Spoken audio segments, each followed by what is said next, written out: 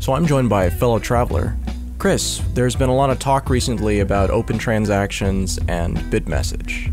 Before we get into that, can you give us just kind of the, from 10,000 feet, what is open transactions? Open transactions is an open source financial cryptography library, which is available in many different languages. It's written in C++, but you can use it from Python or whatever. Okay, so what does that mean? At the base level, it's just a library that does financial cryptography operations. And then using that library, I built a server, a client API. What you're able to do is you're able to connect to these servers and issue currencies, open accounts, withdraw cash, write checks, trade on markets, just all kinds of different financial operations can be achieved through the open transaction system.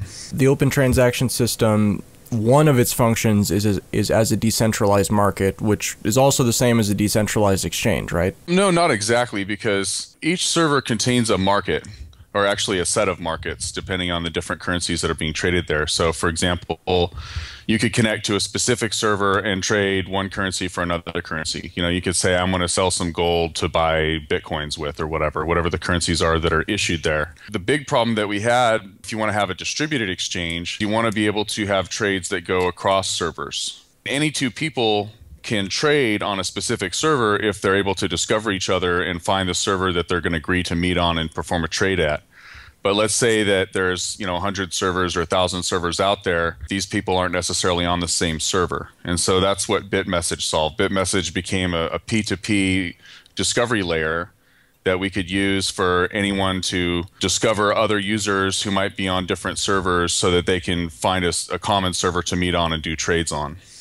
Is it the broadcast feature? We've been playing around with Bitmessage on the show, and one of the things that we've been looking at, of course, is the broadcast feature. We're thinking about it for newsletters, but I'm thinking, based on the problem you're talking about, which is a bunch of different servers running markets that are owned by different people who don't necessarily know each other, they still need to be able to find each other in order for the market to be frictionless, so to speak. That's exactly it. It's the broadcast feature. What does that mean? Since this has happened, what's the next step in this thought process? With Bitmessage, and this is just one discovery layer. I really like it because we played around with it and proved that we could use it and that it would work. But technically, you could swap it out and use any other discovery layer as well. But this is going to be the first implementation is going to be with Bitmessage. And with Bitmessage, what you can do is you can sort of name a channel. Like imagine on IRC, if you say, I'm going to get on the Bitcoin channel, and then anyone else who gets on the Bitcoin channel, they meet you there and they're all able to send messages to each other. It's sort of like that with Bitmessage. With Bitmessage, you can name a channel. You can say like, I want to meet on the Bitcoin channel, and anyone else who's listening to that same channel will see your broadcasts. And so what I'm able to do is, for example, let's say that I want to trade gold for silver. Now, in open transactions, each asset type has an ID. It kind of looks like a Bitcoin address or something like that. It's just this long hash base 62 ID. And so what you can do is you can take, say, the gold ID and the silver ID and then XOR them together. So an XOR process is just a crypto process that sort of combines them to create this new ID that's a combination of the two. And then I use that as my broadcast channel. So anyone else who's interested in gold and silver will be listening to that same channel. And so then when I say, hey, I want to trade gold for silver, and I'm willing to pay this much, or I have this much for sale, and I'm on this server, then anyone else can then connect to that server and trade with me there. So it just gives us a way to sort of discover each other. Want to set up an online store that accepts Bitcoins? Go to openbitcoinstore.com and you can have a store up and running before the end of this message.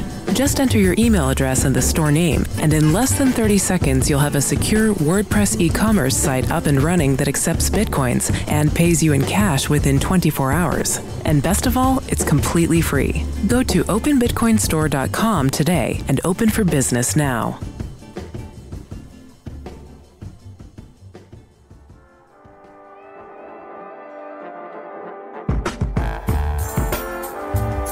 Let's Talk Bitcoin is heard each week by thousands of people who are participating in the new digital economy. Our listener base of Bitcoin owners, miners, investors, technologists, and merchants is growing fast. We offer a limited number of short advertising slots in each show to keep our listeners engaged and to provide maximum impact for our sponsors. If you'd like to talk to us about Let's Talk Bitcoin, send us an email at sponsors@letstalkbitcoin.com.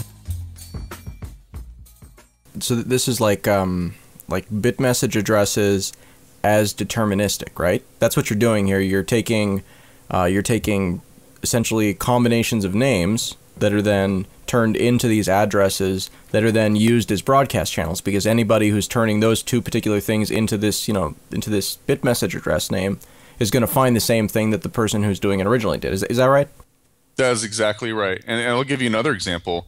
Let's say that it wasn't cross-server trading. Let's say that it was a wire, because you can use this for different things. Let's say I want to wire some funds from server A to server B. For example, let's say I want to wire some gold from server A to server B. So I take the gold ID, the server A ID, and the server B ID, and XOR them together, and then broadcast on that channel. And then anyone else who's willing to perform such wires, anyone else who has an account on both servers, and he's willing to do it for whatever fee that I'm willing to pay, then he can reply back and say, hey, I'll do it. And then I give him some money on server A, and he gives me some money on server B. And we're able to negotiate that process using escrow on OT, where server A keeps it in escrow, and then server B goes into escrow and that sort of thing.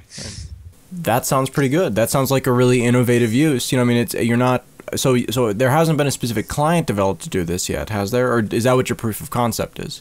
Oh, no, not at all. I mean, I just proposed this a couple days ago. Right. So we were playing around with Bitmessage, and this is kind of on a lark. I mean, this is something that was coming someday, and I've written on my wiki about how this sort of thing is coming someday. We just happen to be messing around with Bitmessage, and we're like, hey, we can do server wires with this. We can do cross-server trading with this. Let's write this up. So I wrote up the protocols, the sort of a basic write-up of what the protocols would be, and posted on the Bitcoin forum, and it really caused a splash, which is a little surprising to me in a sense, because I have said on my wiki that this is coming for a long time. Well, I think that the topic is pretty sensitive right now because of all of the concerns about exchanges, and people view open transactions in the same way they view Ripple, which is a way to move away from the transactions happening on these centralized servers like Mt. Gox. I mean, there's a lot of concern in the community about that. So, you've been working on open transactions now for 2 years? I started in the beginning of 2010, so 3 years. We're now in 3.5 years. 3.5 years. How significant is this? Does this impact the development schedule? Does it, is there a time frame on open transactions at this point that is even reasonable to talk about? Well, I mean, the Bitmessage integration has to be coded. I couldn't give a time frame on that. I can say that it's definitely on the horizon now that we've figured out how it will be done. I can't say exactly how long it would be. There are already servers that are running open transactions, so it's out there in the wild. Are people actually using it for the purpose as intended, or is it more just kind of proof of concept installations at this point? I would say it's proof of concept installations. There are places where it's being used, but it's not in common use, and the reason for that is because there's not a really easy client yet for people to use. Basically, everyone could use it right now if they want to use the command line. Right. Or if they want to use the ugly Java test GUI, which is really just for developers. Now I do have nicer GUIs coming. What I did was, for a couple years, I just focused on the core, the engine, the scripting, the command line, because I figure I'm going to give everybody else a head start to make clients. The library itself is already a full-time job, and so I figured, I'll just make this library and focus on this library. And then everyone else has the opportunity to get a head start and make the clients that people can use, and they can sort of own their own projects, And now what's going on is my company, we started a company, Monetos, and we've started to get funding. And so we've started implementing commercial clients, like an iPhone app, Android app, desktop app, this kind of thing. And so it could be that I'm going to end up having the first clients myself. I could say that iPhone app will probably be working in another couple weeks. I don't know if I would stick it up in the App Store yet, but I'll be able to demonstrate it to people. As an open source project that is kind of on the bleeding edge of this monetary transactions tech, it's basically you and Ripple taking a shot at this space. I'm curious, you're saying that no one has developed a client for open transactions and that you might be the first one out even 3.5 years later. So I'm wondering, were you expecting more support? Has there been much support from other people who want to develop on top of it? Well, I can say that there's definitely been a lot of participation from the open source community.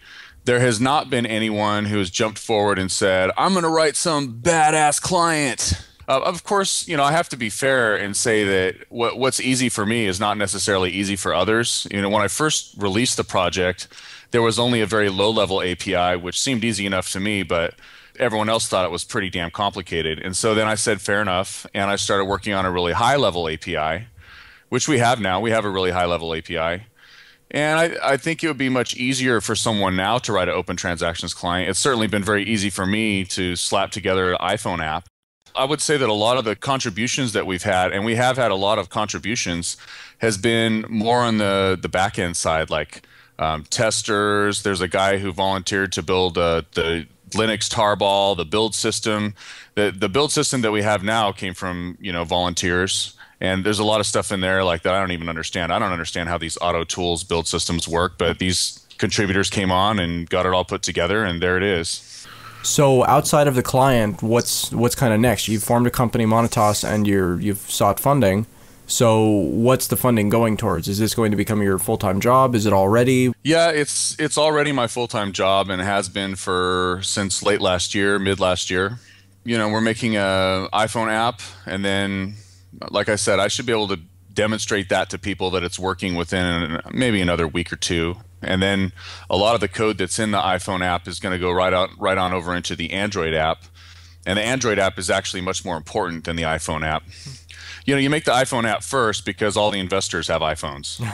But what you're really aiming for is the Android app because everyone in Africa is going to have Android. Well, Chris, we're going to have you back on once the iPhone app is working, and we can kind of take a look at that and see how it works in real life. If you'd like to learn more about open transactions, visit letstalkbitcoin.com/OT. And we've also got an IRC channel on Freenode, irc.freenode.net. There's a open transactions channel with no dash in it. And there's 54 people logged in there right now. Well, thank you for your time, Chris. We'll look forward to having you back on. Thank you. Thank you very much.